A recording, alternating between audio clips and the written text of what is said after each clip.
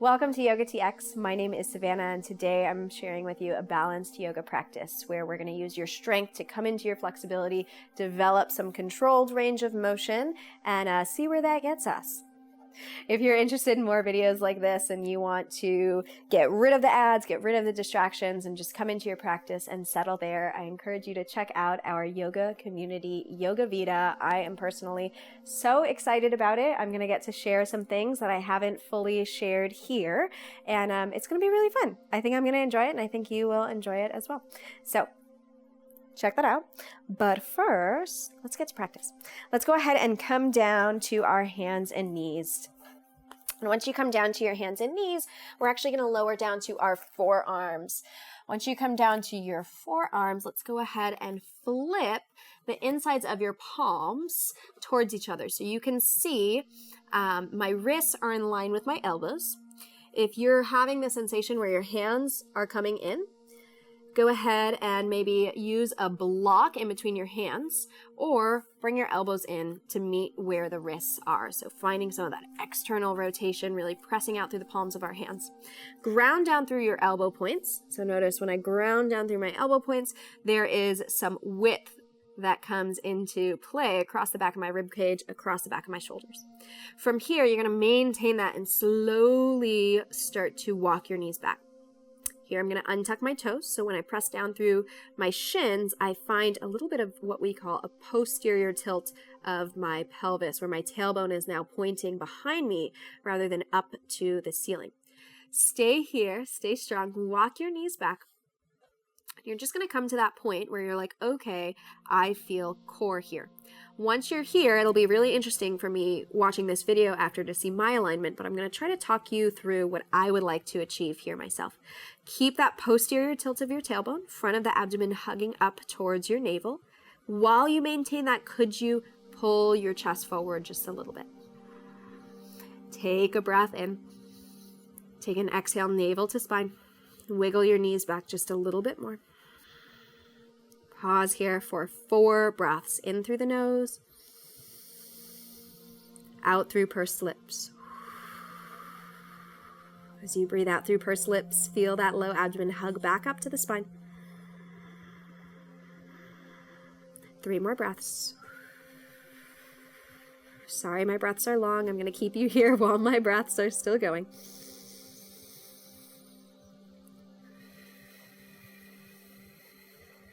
Last breath in, last breath out. Once you're here, keep that posterior tilt of your tailbone. Guide the tops of your thighs down to the ground. Flip your palms down as if you could pull the ground back. Come into what we call Sphinx pose. So as those elbows pull back, feel that width of your collarbones show up here. And things will get a little interesting here. So on your next exhale, ground down through the tops of the feet. And start to draw your rib cage up into your back. Pull your rib cage off the mat and take your gaze towards your navel. I'm already shaking here.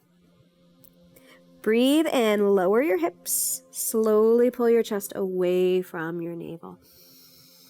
Use that exhale to help you activate. Front of the ribs pull in, low belly pulls in. Maybe take your gaze back towards your belly. Inhale, come back forward, Sphinx pose. On your next exhale, maybe your hips lift if they haven't already. Maybe you take that gaze back. Try that 2 more times. Inhale, lowering hips, chest actively pulls away from navel, shoulders pulling back. Exhale, round up. If you want more of a challenge, maybe the knees lift up. Inhale, lower down, knees down, hips down, chest pulls forward. Next time we come up, we're going to pause there. Press down through the tops of the feet, down through your elbows. Lift the ribs up, hug them up, look towards your navel. Stay for 5, 4, 3, 2, 1. Breathe in and lower. Start to walk your hands back towards the sides of your ribs. We're going to press ourselves. Actually, let's go ahead and just bring our left wrist back. That'll be an easier transition. We'll roll onto our right hip. Take a bend in your left knee. Plant that left foot right in front of your right thigh. And then walk your right hand a little bit closer towards your hips. You're going to press yourself up here. You're actually going to let your right shoulder come up by your ear, almost having the sensation that the side of your ribs are dripping down towards the ground. Stay here for a couple breaths. You might even use that left hand as feedback on the side of your ribs. Can you actively expand your rib cage? Actively draw your ribs towards each other. And start to root down through your right hand. Feel that right shoulder blade come onto your rib cage. And we're going to lower down onto our right forearm. Once you're here, take your gaze towards your right toes for a breath in. As you exhale, lift up your left foot. So you're targeting that inner thigh muscle, your adductor, adductor. When you breathe in, lower that leg. Exhale, hug your navel in, lift your right heel. Try that 2 or 3 more times instead of just letting it drop down when you breathe in. See if it can be a controlled descent down and a controlled lift up. And a couple areas you might want to check out is your shoulder or your neck. If you're slouching down again, actively push the ground away.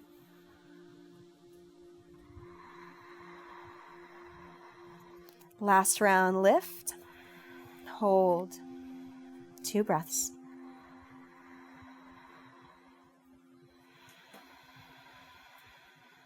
And 1 more breath. And as you exhale, lower that right foot, walk your right hand back up, plant your hand underneath your right shoulder. You might use your left fingertips to help you rock that right hip up, flexing the right toes, really pressing down through that right knife edge of your foot. Right hand is planted underneath your shoulder, reach up over your head with your left arm. If it would feel nice, maybe you bring left arm over your ear, taking your gaze down to the ground. We'll do a little lift and lower. So as you exhale, control that descent down. Reach your left hand towards your right toes. Breathe in, lift up, down through the right arm, over your head through the left arm. Exhale. 2 more times. Really using that knife edge of that outer right foot to press down into the ground. Find that lift up. And exhale down. Last round, maybe you use your fist if your wrist is adopting a lot of weight. And exhale, release down. Bring both of your hands towards the top of the mat. Extend your legs behind you. Plant your hands alongside the ribs. Find that posterior tilt again. So when I hug my low belly up, it's almost like I could build a little space for an ant to crawl underneath the mat. Hold that as you breathe in. Elbows curl back towards your knees. The back of your knees, elbows curling back towards the back of your knees. Keep that right hand grounded and reach your left hand forward. Take a breath in. On your next breath out, bend your right knee. Press the right foot up towards the ceiling without losing that posterior tilt. 2 more breaths.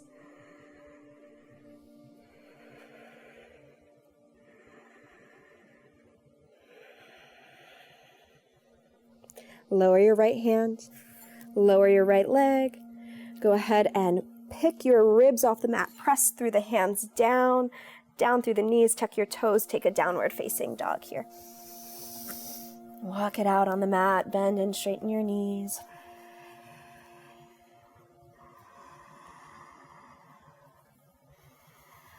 And then slowly step your right foot up so that you can turn to the side of your mat. While you're here, go ahead and rock the body side to side. Turn your toes towards the back of your mat. Go ahead and lower down, all the way down towards the floor. Bring your belly down. Keep your right hand underneath your shoulder, and we'll turn towards the left. Most of our weight on our left hip. Right leg steps in front of our left leg now. So you want to have that sensation. Your outer hip muscles are pulling your right knee away from your chest. Start to press yourself up with your hands and let that left side of your rib cage start to drop down towards the ground. You might use your right hand again for feedback with your breath. It's really interesting whenever we're doing strength-based movements, the breath always gets really short and jagged. So yoga provides a unique opportunity for us to be strong and still stay long in our breath.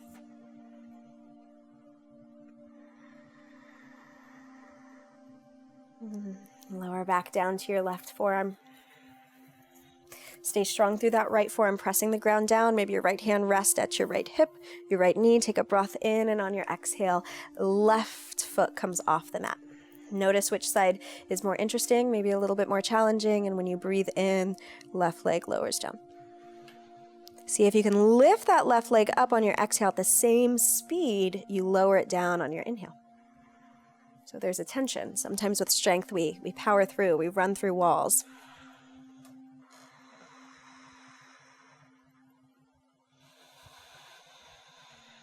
Take that one more time, and then we'll hold and pause with the breath.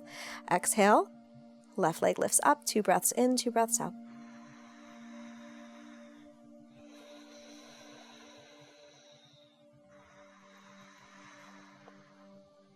And lower your left foot. Bring both of your hands down to the ground. Left hand plants underneath your left shoulder. Use the knife edge of your left foot to really help press you up. Right arm reaches up over your head. Make space. Maybe that right foot wants to wiggle forward. Right arm comes over the ear.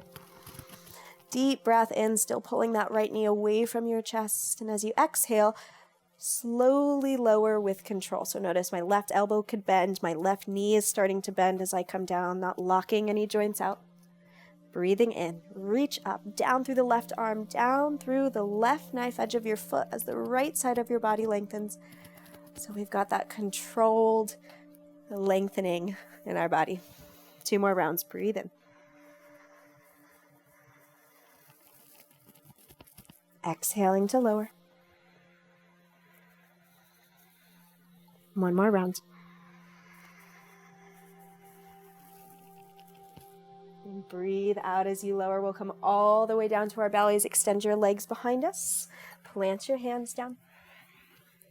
Keep both of your hands planted. Find that posterior tuck of your tailbone. Front of your abdomen lifts up towards the front of your ribs. Relax your head, and as you breathe in, keeping your hands down, posterior tilt of your tailbone. Start to curl your elbows back towards your knees. Keeping your right hand grounded where it is, actively pulling the ground back. Left hand reaches forward. Breathe in. As you exhale, left knee bends. And when you bend that knee, can you keep that controlled pelvic tilt? Press up through your left foot. 2 breaths.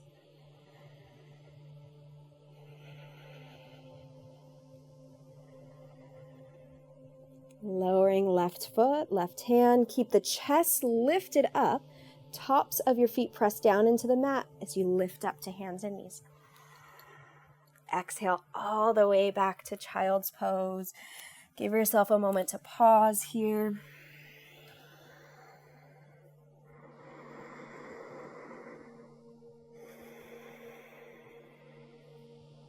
When you're ready, don't leave your mat if your breath is still active and searching for stability. Find that stability in your breath before you seal your yoga practice.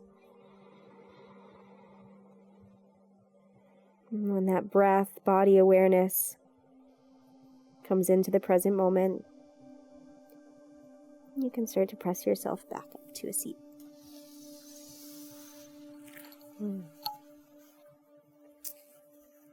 So how was that?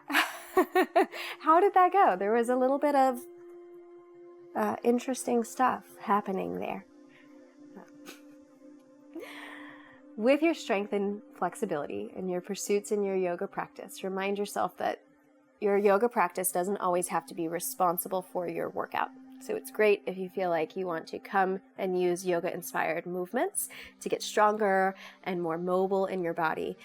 But if you did this yoga practice and you were like, oh my gosh, I can't do any of that. My biggest fear is that people think that they can't do yoga because some of the movements are a little bit more challenging. Stay with it. Come back to it. You'll be really surprised how much changes if you do the same practice over a couple times. So I encourage you, maybe plug this into your weekly routine. Try it 2 to 3 times a week. we're not looking to accomplish anything other than becoming more embodied, more aware, more strong in our sense of self, more flexible with allowing ourselves to just kind of be who we are. So with that being said, stay strong, stay mobile. Namaste.